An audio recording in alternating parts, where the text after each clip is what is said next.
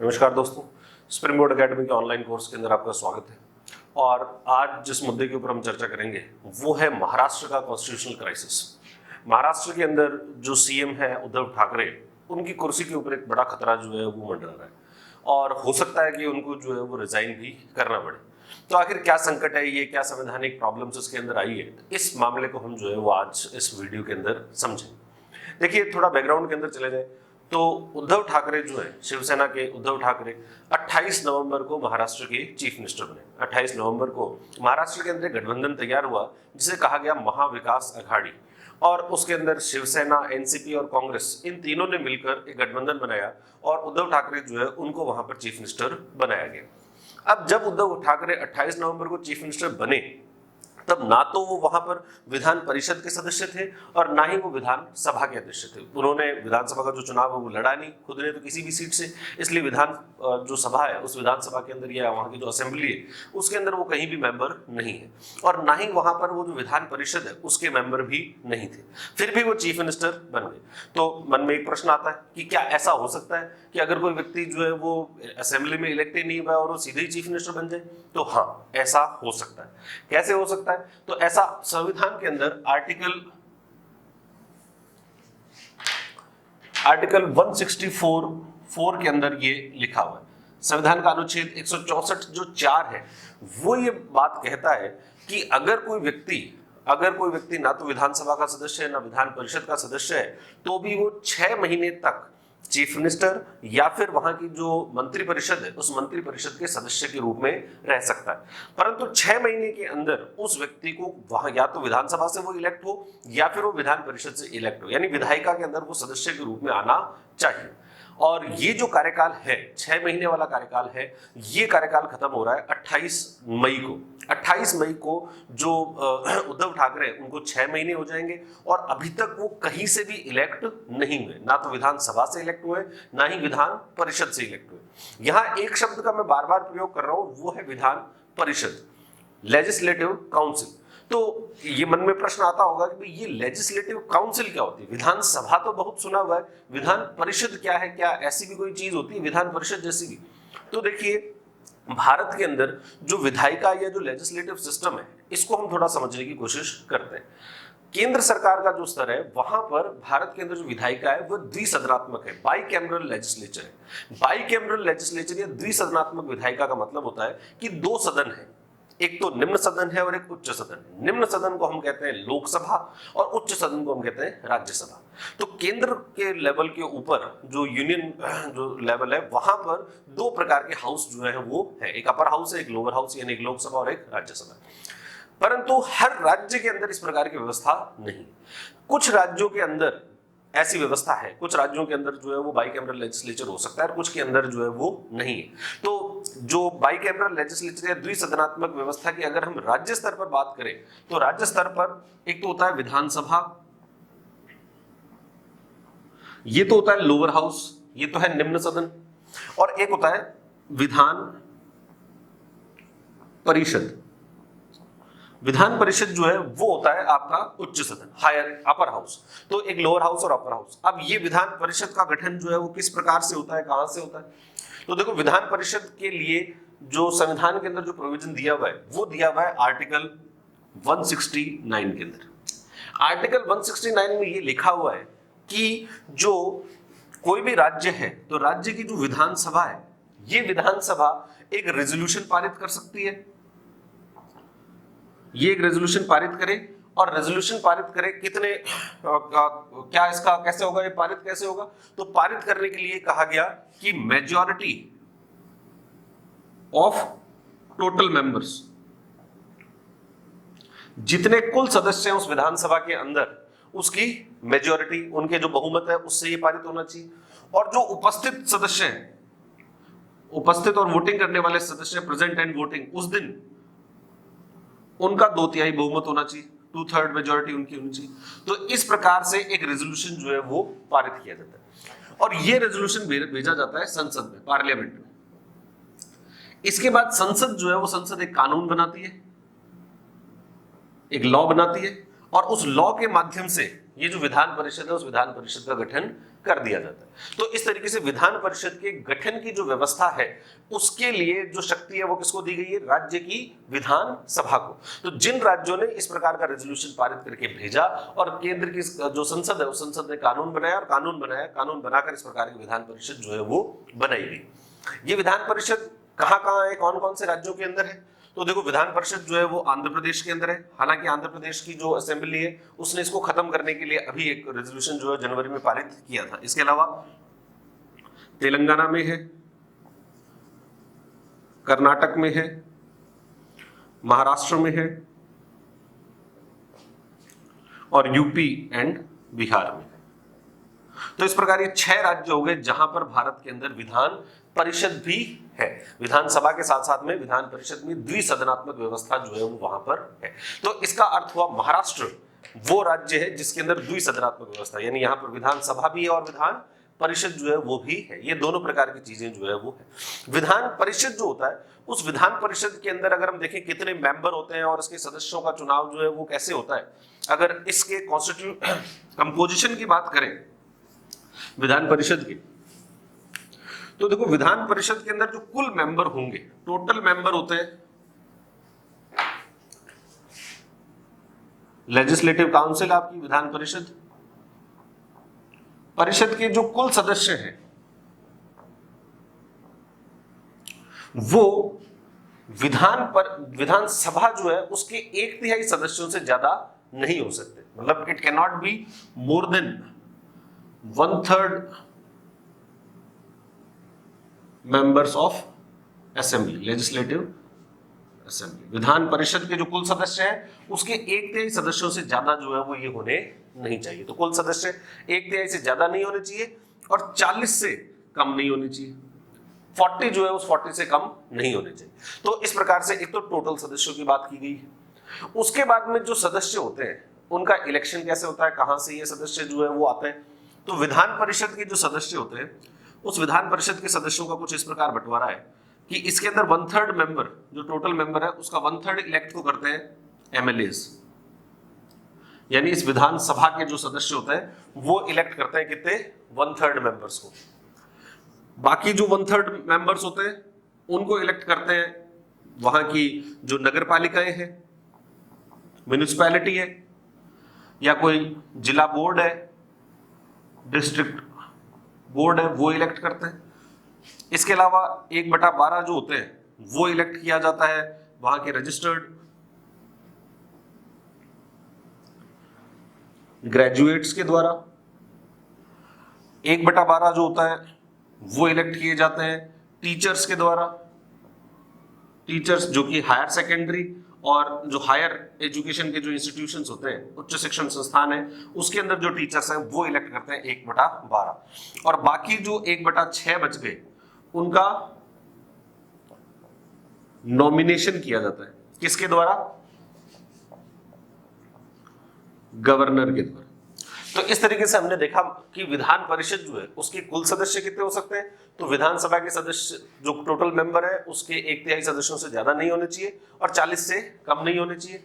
फिर इनके जो मेंबर्स हैं उनको इलेक्ट कैसे करते हैं, तो 1/3 एमएलए जो है वो एमएलए इलेक्ट करेंगे, नगर पालिका, रजिस्टर्ड ग्रेजुएट्स, टीचर्स, ये सब इलेक्ट जो है वो करेंगे। तो इस प्रकार का ये कंपोजिशन होता है। गवर्नर 1/6 जो है वो नॉमिनेट कौन कर सकता है, गवर्नर कर सकता है। और इस बात पर हमको ध्यान भी देने की जरूरत है। गवर्नर कहां से नॉमिनेट कर सकता है, तो गवर्नर का जो नॉमिनेशन है उसके लिए कहा गया है कि वो जो व्यक्ति हो उसको, जिस भी व्यक्ति को आप नॉमिनेट कर रहे हो, मनोनीत कर रहे हो, उसको साहित्य के क्षेत्र में, कला के क्षेत्र में,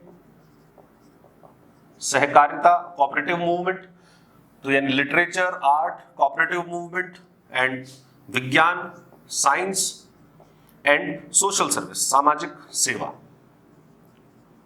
ये 5 क्षेत्र हैं। इन 5 क्षेत्रों के अंदर उस व्यक्ति को विशेष या तो ज्ञान हो या फिर इस 5 क्षेत्रों का उसको प्रैक्टिकल अनुभव होना चाहिए, उसे नॉमिनेट किया जा सकता है। तो इस प्रकार हमने समझ लिया कि साहब ये लेजिस्लेटिव काउंसिल जो है वो क्या होती है। और ये जो बातें हैं ये कहां पर होगा, ये कहां पर लिखा हुआ है, ये संविधान के आर्टिकल 171 के अंदर। आर्टिकल 171 जो है वो ये कंपोजिशन बताता है कि लेजिस्लेटिव काउंसिल का कंपोजिशन कैसे होगा। तो अब हमको समझ में आ गया कि साहब महाराष्ट्र के अंदर इसका मतलब लेजिस्लेटिव काउंसिल भी है, जिसको आर्टिकल 169 के तहत गठित किया गया है और उसके अंदर इस प्रकार के मेंबर्स हैं। अब वापस आते हैं अपने मुद्दे के ऊपर कि भाई जो उद्धव ठाकरे हैं वो क्यों इलेक्ट नहीं हो पाए और क्या प्रॉब्लम जो चली। तो देखो वहां पर अब दो चीजें हो गई, एक तो असेंबली और एक काउंसिल है। अब असेंबली के अंदर से अगर इलेक्ट हो तब तो क्या होगा, तब तो ये है कि असेंबली का कोई व्यक्ति रिजाइन करे। इसका मतलब तो ये हो जाएगा कि असेंबली का कोई व्यक्ति जो है वो रिजाइन करे और उसकी सीट के ऊपर उद्धव ठाकरे चुनाव लड़े और चुनाव लड़कर फिर इलेक्ट हो जाए। पर अब ये तो संभव हो नहीं रहा, तो इसलिए ये देखा कि भाई असेंबली के रास्ते क्यों आते हो, इस रास्ते से आ जाओ, ये जो काउंसिल है उसके रास्ते से आप आ सकते हो। काउंसिल के जो सदस्य होते हैं उन सदस्यों का जो कुल कार्यकाल होता है वो 6 वर्ष का होता है। विधानसभा वालों का होता है 5 वर्ष, काउंसिल का होता है 6 वर्ष।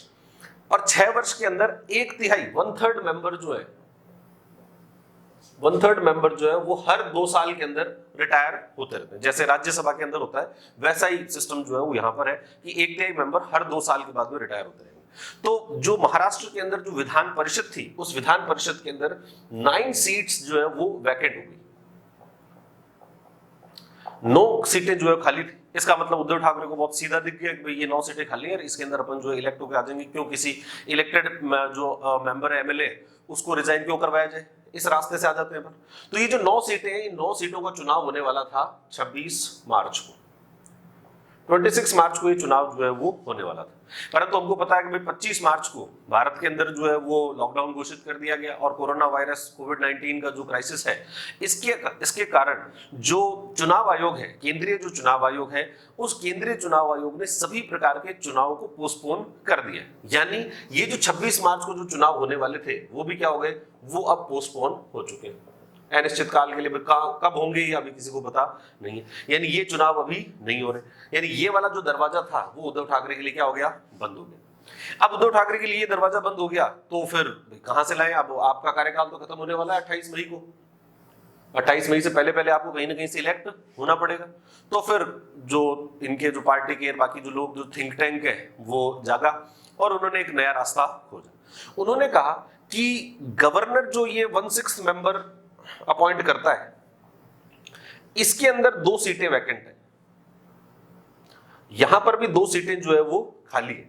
गवर्नर जो वैकेंट करता है, जो 1/6 करता है, इसमें 2 सीटें खाली है और इन 2 सीटों पे नॉमिनेशन करवा देते हैं। इलेक्शन नहीं हो रहा तो क्या करवाते हैं, मनोनयन करवाते। ये 2 सीटें खाली कैसी हुई, तो 2 सीटों के ऊपर 2 व्यक्ति थे, एक का नाम है राहुल नरवरकर और एक का नाम है रामराव वादकुटे। ये दोनों व्यक्ति जो है एनसीपी के थे, एनसीपी ने इनको नॉमिनेट करवाया था और इन दोनों ने इलेक्शन से पहले रिजाइन किया इस पोस्ट से और उन्होंने बीजेपी ज्वाइन कर ली और इस वजह से ये 2 सीटें जो है वो खाली हो गई। और 2 सीटें खाली हुई तो इन्होंने कहा साहब इसके ऊपर अपन जो है वो आपको इनको नॉमिनेट करवा देते हैं। महाराष्ट्र की कैबिनेट बैठी। अब ये नॉमिनेशन कैसे होता है, गवर्नर कैसे नॉमिनेट करता है, तो गवर्नर ऐसे नहीं अपनी मर्जी से किसी को भी नॉमिनेट कर दे। गवर्नर का जो नॉमिनेशन होता है, उस नॉमिनेशन के लिए ये जो मनोनयन है, इसके लिए गवर्नर को वहां की जो कैबिनेट होती है या जो मंत्रिपरिषद होती है उसकी रिकमेंडेशन चाहिए होती है। बिना उसकी रिकमेंडेशन की किसी को भी नॉमिनेट नहीं कर सकते। तो कैबिनेट जो है उसकी बैठक हुई और कैबिनेट की बैठक होने के बाद में इन्होंने 11 अप्रैल को जो है वो भेज दिया गवर्नर को कि साहब ये 2 सीटें खाली है, इसके ऊपर जो है वो आप नॉमिनेट कर दो। परंतु गवर्नर ने अभी तक किसी प्रकार का नॉमिनेशन नहीं किया है। वहां पर गवर्नर कौन है, गवर्नर है भगत सिंह कोश्यारी। भगत सिंह कोश्यारी जो है, बीएस कोश्यारी, इनको ये जो गवर्नर है, गवर्नर को केंद्र सरकार करती है नॉमिनेट और गवर्नर को जो है वो राष्ट्रपति करता है, परंतु केंद्र सरकार के रिकमेंडेशन पर। तो भगत सिंह जो है, भगत सिंह कोश्यारी जो है वो बीजेपी से और उन्होंने अभी तक जो है वो ये जो रिकमेंडेशन थी कैबिनेट की कि उद्धव ठाकरे को नॉमिनेट कर दो, ये वाला जो नॉमिनेशन है उसको अभी तक पूरा नहीं किया। अब क्या दिक्कत है, क्यों नहीं किया साहब ऐसा, और क्या गवर्नर जो है वो ऐसा कर सकते हैं या नहीं कर सकते। तो देखो सामान्यतया तो ये होता है कि गवर्नर जो है वो कैबिनेट की जो अनुशंसा है उसको मानना उसको पड़ेगा ही, वो उसके पास में और कोई दूसरा रास्ता नहीं होता। परंतु अभी तक उन्होंने नहीं माना है, तो ये जो सरकार है वो सरकार चली गई हाईकोर्ट, बॉम्बे हाईकोर्ट, और बॉम्बे हाईकोर्ट ने इस मामले के अंदर हस्तक्षेप करने से मना कर दिया, हस्तक्षेप करने से मना कर दिया। कि भाई हम इसमें नहीं करेंगे, जो गवर्नर है उसी को कॉल लेनी है। अब यहाँ पर कुछ और इश्यूज जो है वो भी है। पहली बात तो ये है कि ये जो नॉमिनेशन का जो हमने कहा कि भाई नॉमिनेट कर दो उद्धव ठाकरे को, तो पर अपन ने पढ़ा था कि नॉमिनेट तो ये 5 क्षेत्रों वाले लोग हो सकते हैं, यानी साहित्य, कला, सहकारिता, विज्ञान और जो सोशल साइंस, सामाजिक सेवा है, इसमें व्यक्ति को या तो विशेष ज्ञान हो या फिर मतलब अनुभव होना चाहिए उसको, तभी उसको नॉमिनेट किया जा सकता है। तो इसमें उद्धव ठाकरे कहां फिट होते हैं, उसको कौन से के अंदर उसको नॉमिनेट करोगे? तो फिर इस जो परेशानी है उसका तो हल निकाला जा सकता है कहां से? सोशल सर्विस से। भाई उद्धव ठाकरे वैसे तो एक्टिव रहे हैं किसमें? पॉलिटिक्स में। पर पहले एक केस था 1961 का, कुछ कॉन्स्टिट्यूशनल एक्सपर्ट जो है उस केस के बारे में कहते हैं कि 1961 के अंदर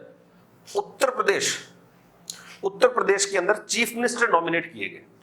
मैं उत्तर प्रदेश में अपन ने देखा, उत्तर प्रदेश के अंदर भी ऐसी जो लेजिस्लेटिव काउंसिल है वो बनी हुई है। उत्तर प्रदेश के अंदर चंद्रभान गुप्ता, इनको नॉमिनेट किया गया 1961 के अंदर। 1961 के अंदर इनको जो है वो चीफ मिनिस्टर बनाया गया और नॉमिनेशन के माध्यम से। और तब सुप्रीम कोर्ट के अंदर जब ये केस गया तो सुप्रीम कोर्ट ने कहा कि जो पॉलिटिक्स है उस पॉलिटिक्स को किस में रखा जा सकता है? सामाजिक सेवा में रखा जा सकता है। यानी यहां पर तो ये जो प्रॉब्लम है वो प्रॉब्लम क्या हो जाती है? दूर हो जाती है कि भाई इनको सामाजिक सेवा वाले उस जो रूट है उससे नॉमिनेट करवाया जा सकता है। परंतु वो समस्या यहीं खत्म नहीं होती। इसके अलावा एक और समस्या है, वो समस्या ये है कि अब की जो समस्या है वो कानूनी है। कानूनी समस्या क्या? भारत के अंदर एक कानून है, जनप्रतिनिधि कानून जिसको कहा जाता है, रिप्रेजेंटेशन ऑफ पीपल्स एक्ट 1951, जनप्रतिनिधि कानून 1951। इस कानून की एक धारा है सेक्शन 151, सेक्शन 151A। ये क्या कहता है? सेक्शन 151 ये कहता है कि अगर किसी व्यक्ति को एमएलसी के मतलब किसी व्यक्ति को लेजिस्लेटिव काउंसिल के अंदर वो इलेक्ट होता है या फिर उसको नॉमिनेट किया जाता है, तो ऐसा व्यक्ति जो है उसको मतलब वो जो इलेक्शन है वो तभी होना चाहिए जब जिस व्यक्ति ने रिजाइन किया है उसके बाद में उसका जो बाकी कार्यकाल है वो बाकी कार्यकाल 1 साल से कम का होना चाहिए। जैसे अपन ने इस केस के अंदर देखा कि ये 2 व्यक्तियों ने रिजाइन किया, इन्होंने असेंबली इलेक्शन से पहले रिजाइन किया, परंतु इनका कार्यकाल कब खत्म हो रहा है? इनका कार्यकाल खत्म हो रहा था जून के अंदर। अब आप अगर अप्रैल के अंदर नॉमिनेट करते हो किसी व्यक्ति को, तो शेष जो कार्यकाल है वो 1 वर्ष से कम का है, और 1 वर्ष से कम का अगर कार्यकाल है तो फिर किसी व्यक्ति को नॉमिनेट नहीं किया जा सकता या फिर उसके लिए जो है वो कार्य नहीं होना चाहिए। तो ये जो बाकी जो पीरियड है वो बिना उसके निकाला जा सकता है। तो यानी 1 साल से जो कम का कार्यकाल अगर किसी का बचा हुआ है तब ये जो इलेक्शन है वो इलेक्शन प्रोसेस नहीं होगी। हालांकि अब तो इसका मतलब यहाँ पर ये हो गया, ये फिर एक समस्या आ गई इनके लिए, उद्धव ठाकरे के लिए, कि भाई अगर इनको उन 2 सीटों में 1 सीट पर नॉमिनेट कर दिया जाए तो नॉमिनेट करो तो सब बाकी जो कार्यकाल जिसकी सीट पर कर रहे हो बाकी जो कार्यकाल उसका बचा हुआ वो 1 साल से कम का है। यानी सेक्शन 151A का जो है वो क्या हो जाएगा? वायलेशन हो जाएगा और ये गैर कानूनी हो जाएगा। तो गैर कानूनी हो जाएगा तो यहाँ भी इनके सामने एक और समस्या आ जाती है। हालांकि इसके हल के रूप में कुछ कॉन्स्टिट्यूशनल एक्सपर्ट ये कहते हैं कि ये जो सेक्शन 151A है ये लागू होता है किस पर?